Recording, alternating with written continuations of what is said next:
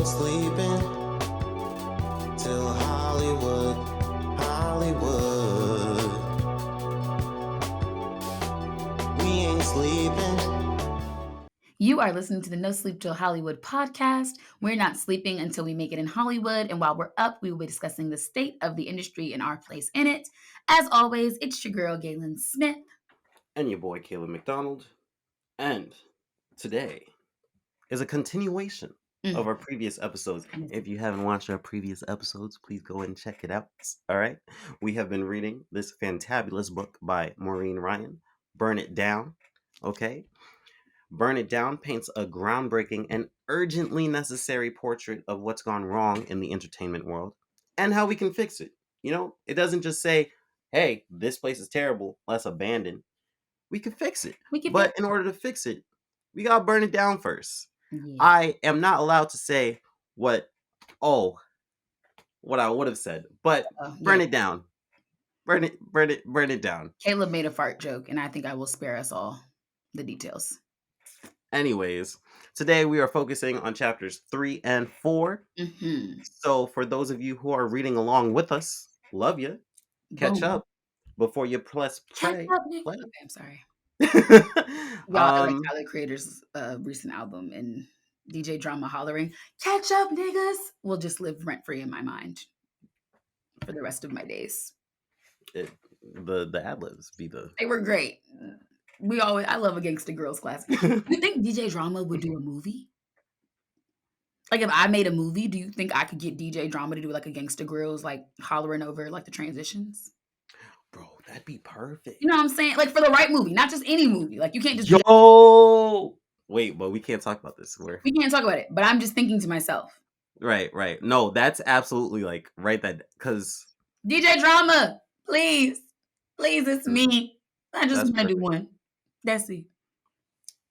Sorry, finish your sentence. It was there. In Hollywood, there is a myth of value. Let's talk about it. Let's talk about it. Chapter 3. Yes. In your own words, what would you say is that myth of value? So to me, I'm looking down at my phone. It's because I have my notes on my phone. Okay, don't judge me. For me, the myth of value, as the way that Maureen Ryan was stating it in the book, is that the myth is that artists, because they are the people creating the content, the myth is that they matter, when in actuality, they do not matter. It is just the profit.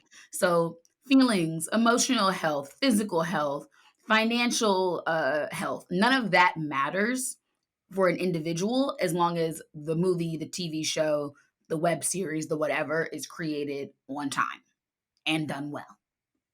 Right. Caleb, what about you? I think it plays into the idea that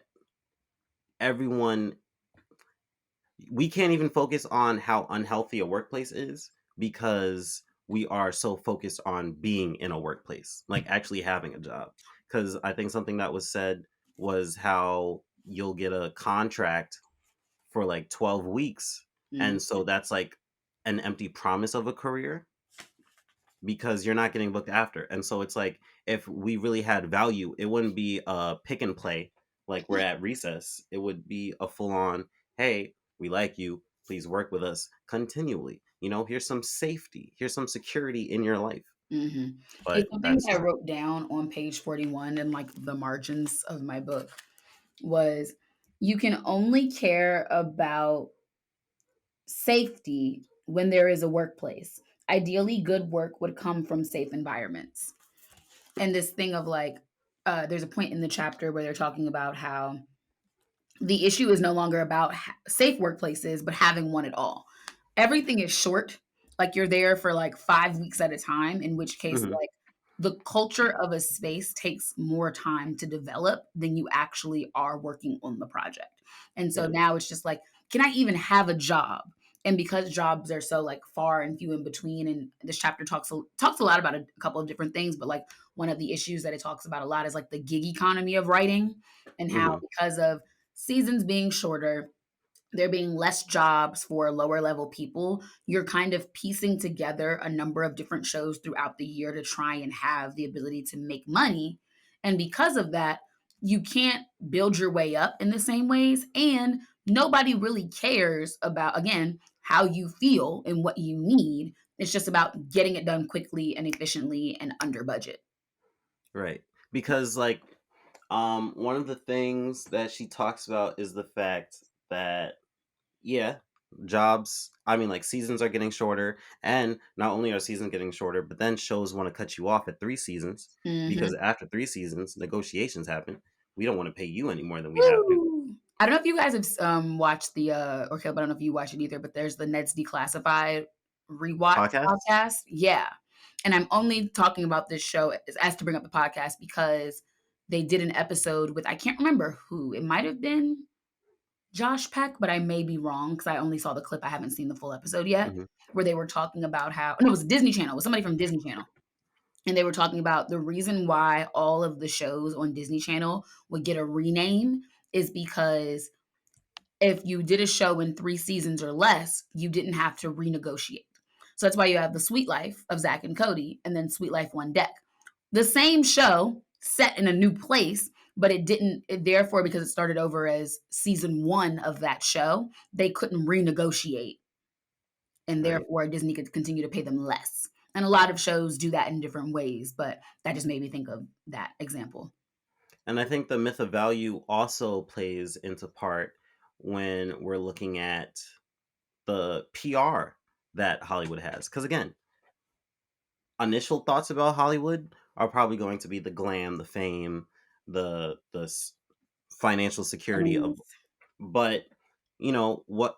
When we look at like the award shows, award season, everyone that receives an award, they're there because the industry is saying, "Oh, we value this person and their attribute and everything that they've added to the entertainment world like in the past year," right? But then you'll have stories like with that writer on a certain FX show who was like, I was struggling to pay bills at that moment in time. Nice award, but there was nothing.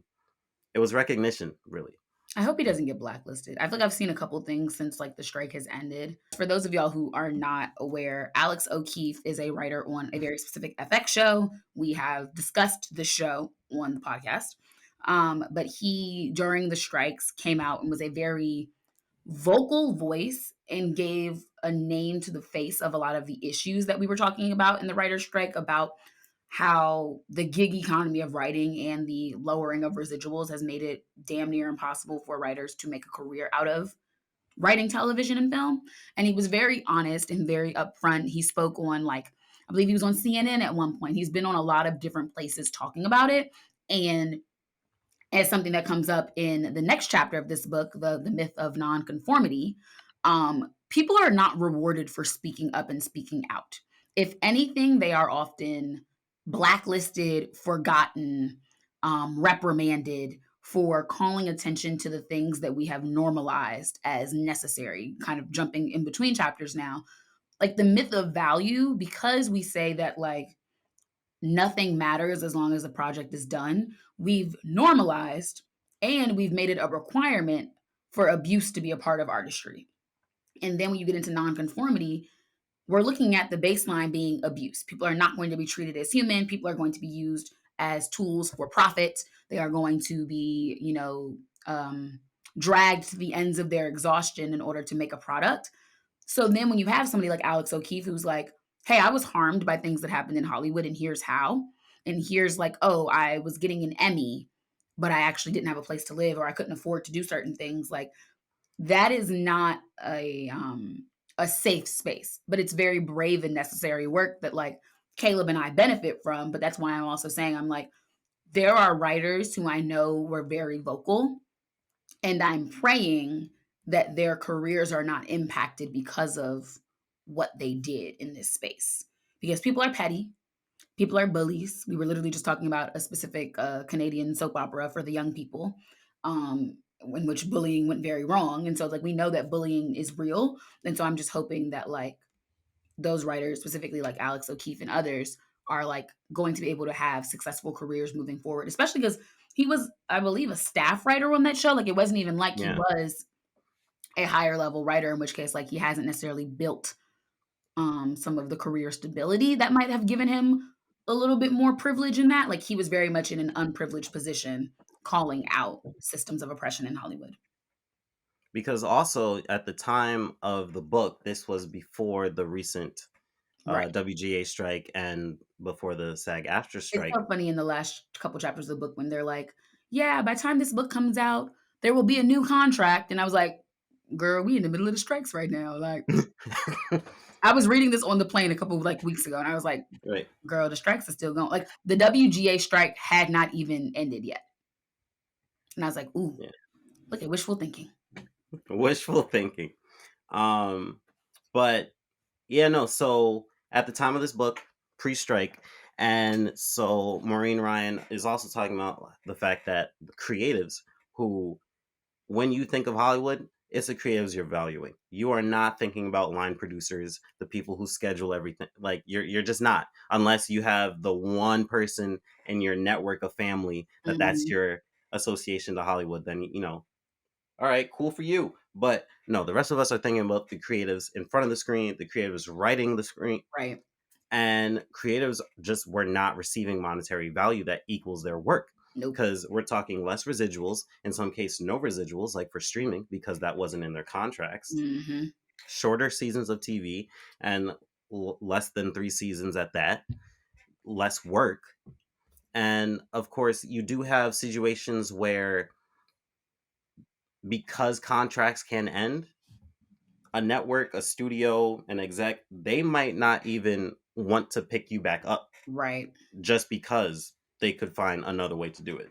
I know Orlando Jones was in a certain show on a premium network where his option ran out and they decided not to pick it back up, which is crazy because crucial to the show. I did watch, I was a fan, but and that's happened to him on a couple shows. I think it happened in 2 shows that they speak about in this book.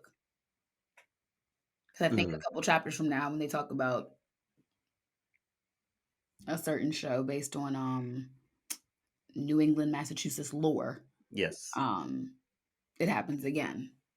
And something said here is like, it creates an environment of instability amongst actors, and they like it that way because that means they can control you.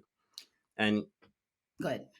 And that is why you do have like stereotypes, for instance, of actors who are kissing up, who are too afraid to mention a quick note, even if it's just like on a logical mistake, like, hey, this and then this, maybe, you know, like, there is some fear because, again, they do control you. They control your work.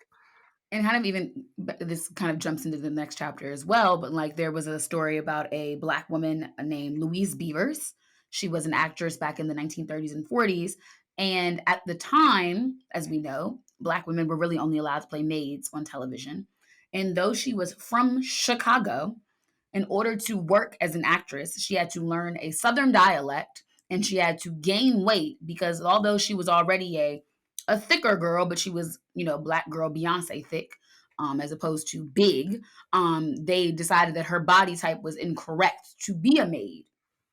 And so she had to gain weight in order to be a part of the show. And like just other, like, there are so many small ways that as actors, people are controlled by studios. And it's like, sometimes it's about your image. Sometimes it's about how they talk to you about your job security. But that's, I think, probably why we see so many actors now branching off into like directing or writing or producing. Like, it's no longer, I think in Hollywood in general, it's no longer safe to be one thing, because if you're only one thing and you're not working in that space, then you just don't work at all.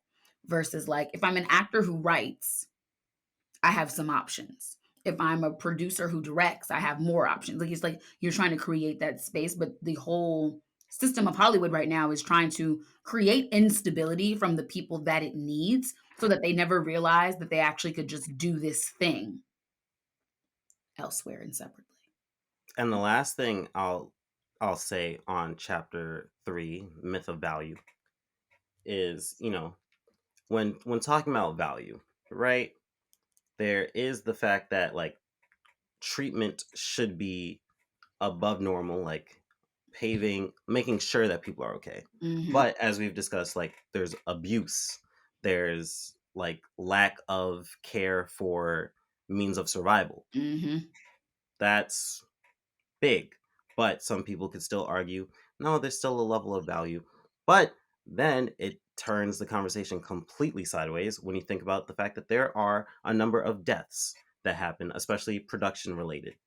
And we're talking deaths of any kind. I know a big news article recently was the misfiring of a gun on set, killing a cinematographer.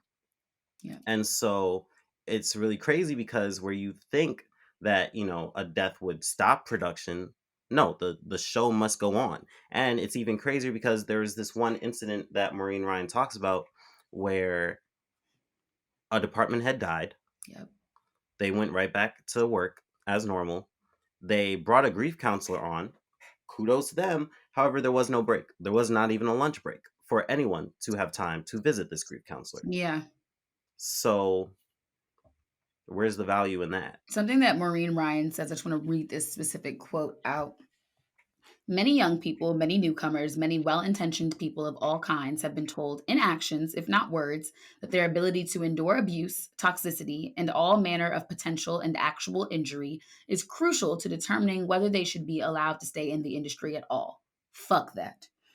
And I just feel like that when we talk about all of it, it's such a summary, but I think like skipping into chapter 4, Hollywood power structures. I'm trying to say this the way that she wrote it and also the way that I experienced.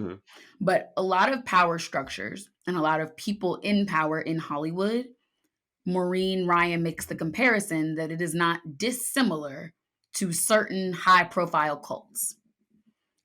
She talks about a specific show that goes into, I don't know how to say this correctly, but like the Nixon cult or whatever. Right. Like there's a show that's about that.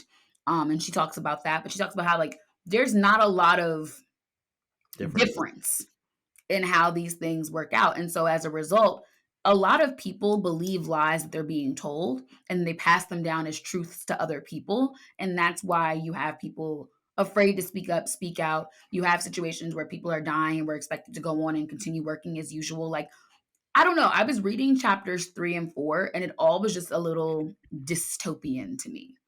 It was just giving very like Hunger Games and like we're all gathered around to watch people die and then act like this is normal and move on. And it's just very, very uncomfortable. Speaking of the word uncomfortable, Mm-hmm. one of the biggest things that stood out to me that made me uncomfortable, gave me the ick. Obviously, this chapter is talking about the fact that like the abuse is like systemic. There's patterns.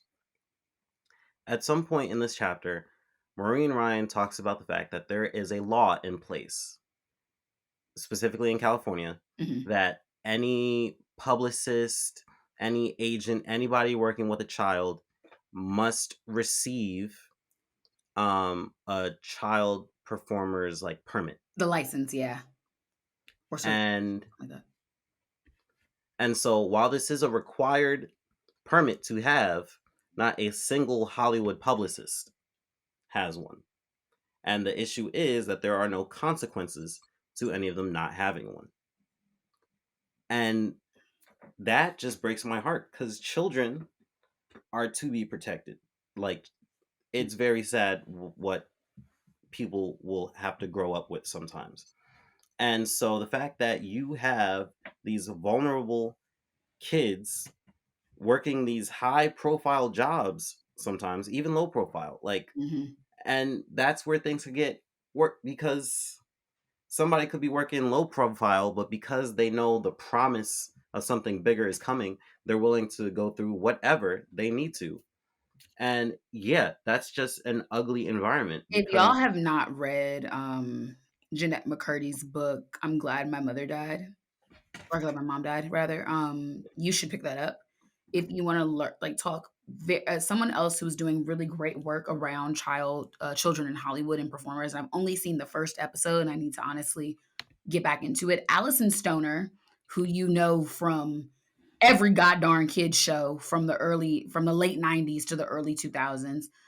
She is doing I'm sorry, they are doing a podcast um about this, like a very deep dive into like the psychology and the laws and the lack of protections. I watched the first episode many, many weeks ago, and it struck me in such a way that I have not continued yet because I'm just in shock at what has happened. What's crazy is they tell the story of when they recorded this podcast a few years ago and they were going to release it, how a production company at the end of all of that work basically sent them a contract, and the contract was like, oh, you're not going to be paid up front. And then after it does a certain amount of numbers, you'll get like compensation that was like less than like what like the assistant editor was making. But they conducted all the interviews, they did the research, they were the talent on the shoot, and they were not going to be paid. And how basically that reminded them of their experiences growing up in Hollywood of like being undercompensated for the work you were doing. And they basically scrapped the entire project because it was also owned by that company and then redid it. And that's the version we're watching now, but it does miss out on like a lot of the interviews were not able to be used and things like that. But there's just so much.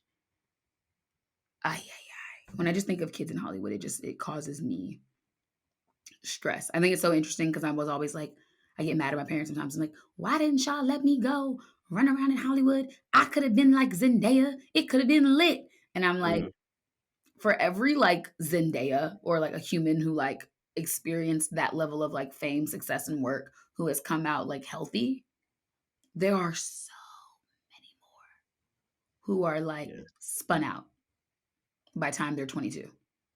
Because even if we are looking at someone who could be considerably healthy, right? If you look at Miley Cyrus right now, it looks like she's doing good. If you look at Demi Lovato right now, it looks like they're doing good. However, you find out what they've been going through since, and you know we all are aware of Miley Cyrus's moment of she was outside. Her, yeah, she was she was outside. So it's like this definitely does take a toll because again, something that we think about, well, something that we don't think about is the fact that, you know, as glamorous as Hollywood is, this is work. It's a job. It's a job. So where personal information, it doesn't need to be disclosed. Like there are also people who will abuse the heck out of that First Amendment and say, you're a public figure, I'm going to find out everything. And yeah, it's just scary. They talk about the fact that child actors are actually rewarded for not having boundaries. And as somebody who has gone through a drama school program, we actually teach all acting, whether formally in a conservatory style classroom or informally as learning through working on set. We actually teach that acting is a lack of boundaries. Like we teach it from that space of like, you actually should just be okay with anything and everything a director or a scene partner asks of you because that is the work. Whereas I come from this space healed from the trauma of the trauma school of like, no, like healthy boundaries are actually okay. They're actually a requirement to have healthy relationships in your real life, which means they also are a requirement for healthy relationships in your workplace. Just because your workplace, actors, right? Workplaces include crying, they include nudity, they include sex. Like these are all things that because of the work we do, we know what we are going to be around. But it doesn't mean that like you can't have boundaries around how you deal with the work. So it's like if you're filming a sex scene, you have a right to say, I don't mind being topless, but I want to keep my underwear on. Like that's okay. And it's actually healthy to have boundaries around your work, but we don't teach acting from that space. And I think that's why then you have the nonconformity where it's like, if I speak out against something, whether it's a director or a writer talking about how like there was a moment in the book where they talked about how like table reads for actors are supposed to, the actors read it, the writers go back to the writer's room, and then the actors come in one by one and they talk about how lovely everything was and they leave. And how, other than maybe a gentle, do you think that my character could have a little bit more to do in this scene? What do you think? Other than that, you're not supposed to say anything. So if you have an actual issue with, like Caleb was saying, the logic of your character, or if there's a representational issue, you actually aren't supposed to bring it up because no one actually wants to hear your opinion. But then we have all these award shows and everyone's winning Oscars for their amazing work. And you think that we care about the individual who brought the work forward. No, we don't. Not at all. Not at all. Because, like something that they were talking about with SNL, another workplace that was, you are rewarded for not having boundaries. There was only one mission. Nothing can prevent sketches being put on the air at once a week. Yeah. Like as long as those sketches were on the air, there were no problems with anything. To include COVID. Because even that section of the book, when they talk about who had COVID in the cast and how things were still, it's just like, there's a book about the SNL years. It's like a vocal history or an oral history of the show from the beginning to now, and they've updated it. I started listening to the audiobook, but the narrators were boring, so I couldn't finish it. And one day I do want to read it, but it's like, my God, today. That is Sodom and Gomorrah. Okay? I just, not to get churchy, but my God, today. Because it's just like the lack of boundaries. It's a very rigid environment, but it's rigid in that the chaos is built into the structure of the show. But it's like women in the workplace weren't protected. People of color certainly aren't protected if they're even there on the show. And, you know, the creator of the show has a very singular goal and vision, and nothing gets in the way of that. And it's just, ugh. Yeah. And we will be taking a very detailed look in what a writer's room can look like with the creator being either oblivious or quite abusive in nature. That's coming up in the next chapter. Yeah. And in a very popular. Hopefully the strike's over by next week, because we gotta be able to talk about the show. Like that's because the problem is this: it's like that is an episode, that chapter, and the other chapter that we're gonna pair with it, which is another popular show as well, slightly different issues. But I'm calling them the race chapters because a lot of what they deal with centers around race. But it's like that is an episode that I quite literally would rather hold until we can talk about the show than have to whisper around it, because I think that in some ways us doing the episodes right now and not being able to talk about shows uphold some of the myths. And I have conflicting feelings about it, but I think like if we're going to talk about those chapters specifically, like we have to be able to say the episode name, because there's the matter of the writer's room, sure, but like the writer's room is a direct reflection of what was on screen. And it's insane that some of them overlap the way they do.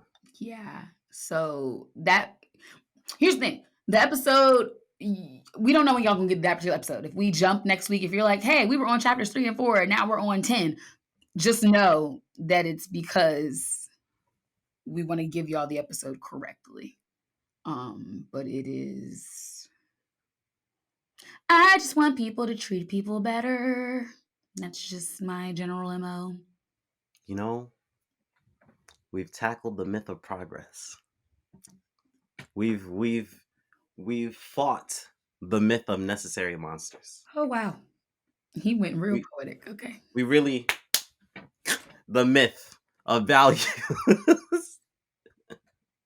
and we're setting a flame to the myth of freedom. Why?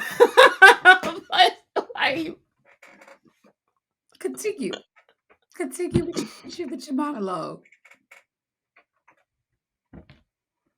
But these are only a few myths. Oh God.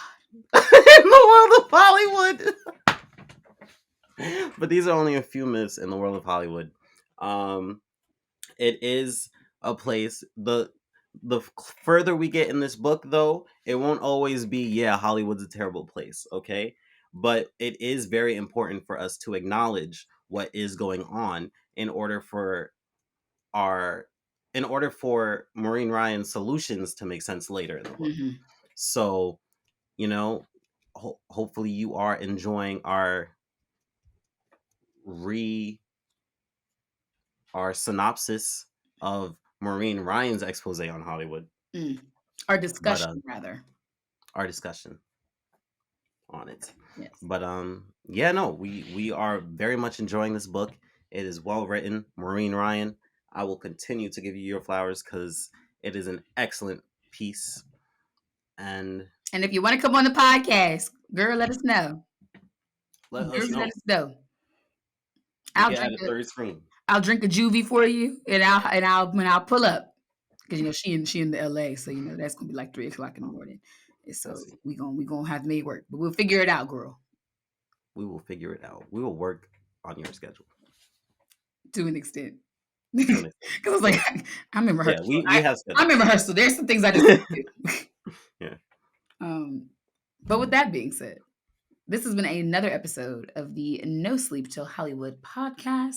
Make sure you follow us at No Sleep Till Hollywood on the Instagrammies. You can follow me at GSmitty with 2 T's and 4 Y's on anything with an @ symbol. You can follow me at Caleb Subtitles. Anywhere I could leave subtitles. And with that, thank you guys so much for listening. As always, this has been another episode, and we're going to get out of here. So, adios, au revoir, bonjour, bonsoir, bonne nuit. I'm sure I know something else in a different language. Good night. Bye, guys. Peace out.